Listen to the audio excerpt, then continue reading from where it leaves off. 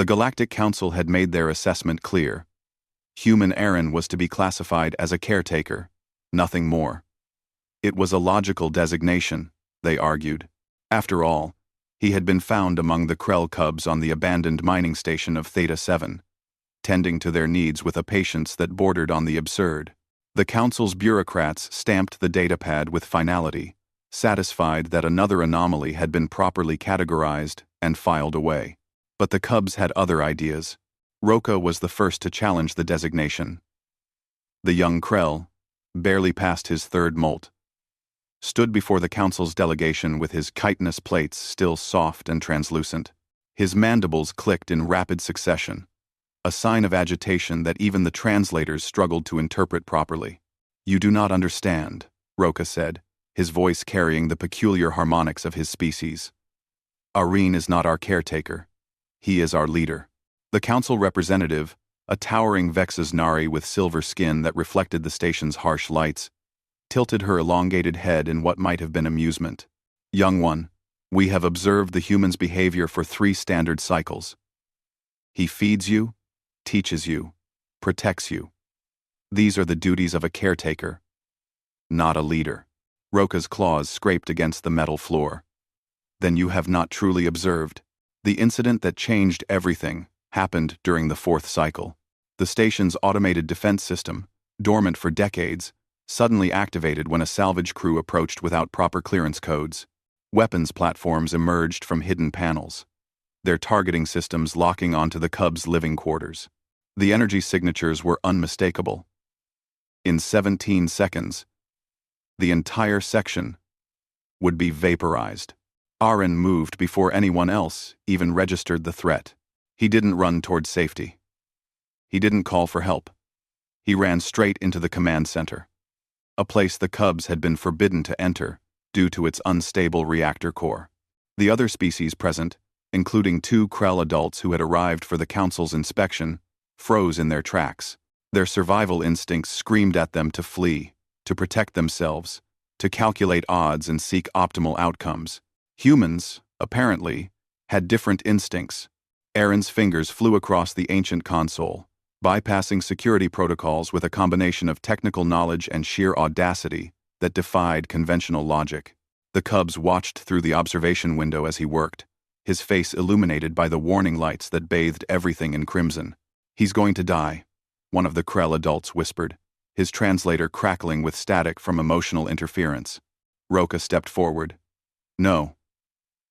With 4 seconds remaining, Aaron executed an emergency override that should have been impossible.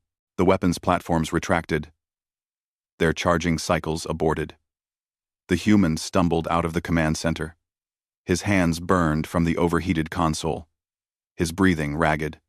He didn't stop to acknowledge his injuries. He went straight to the Cubs, counting each one, checking for harm, his relief visible even to species who struggled to read human expressions. "Everyone okay?" Aaron asked, his voice steady, despite the tremor in his hands. The Cubs swarmed him, their collective weight nearly knocking him over. Roka was the last to approach, his young eyes meeting Aaron's with an intensity that transcended species barriers. "Why?" Roka asked. "Why risk yourself when fleeing would have been logical?" Aaron smiled, though the gesture meant little to the Krell. "Because that's not what leaders do, Roka. Leaders don't calculate acceptable losses when their people are in danger." The Council's representative had witnessed everything. She stood silent for a long moment, her silver skin shifting through colors that indicated deep contemplation. Finally, she spoke. "The human acted irrationally. He endangered himself for us," Roka interrupted, his voice no longer that of a cub but something harder, more certain. "He chose us over his own survival. That is not the action of a caretaker. Caretakers protect. Leaders inspire. They show us what we should become." The other Cubs chittered their agreement, a cascading wave of sound that filled the station's corridors. Aaron tried to protest. "I was just doing what needed to be done. Anyone would have." "No," said the Krell adult who had spoken earlier. His voice carried the weight of centuries. No, human. Not anyone. We adults calculated our survival chances and found them wanting. We began to retreat. You calculated nothing. You simply acted. He paused, his mandibles spreading in what might have been respect. Among my people, we have a saying. The one who runs toward danger while others run away is either a fool or a leader. I do not believe you are a fool. The council's representative updated her datapad, her fingers moving with deliberate slowness. When she finished, she turned to Roka. The designation has been changed. Human Aaron is now classified as Guardian Leader. Theta 7 Station. Are you satisfied, young Krell? Roka's plates rippled with emotion. It is accurate. That is all that matters. As the delegation prepared to leave, Aaron sat among the cubs, still checking each one for injuries that didn't exist. They gathered around him, not out of dependence, but out of something deeper. They had learned what leadership looked like, and it wasn't about titles or designations. It was about a human who ran toward fire when everyone else ran away. It was about someone who valued their lives more than his own survival. It was about Aaron. Roka rested his head against Aaron's shoulder, careful of his injured hands.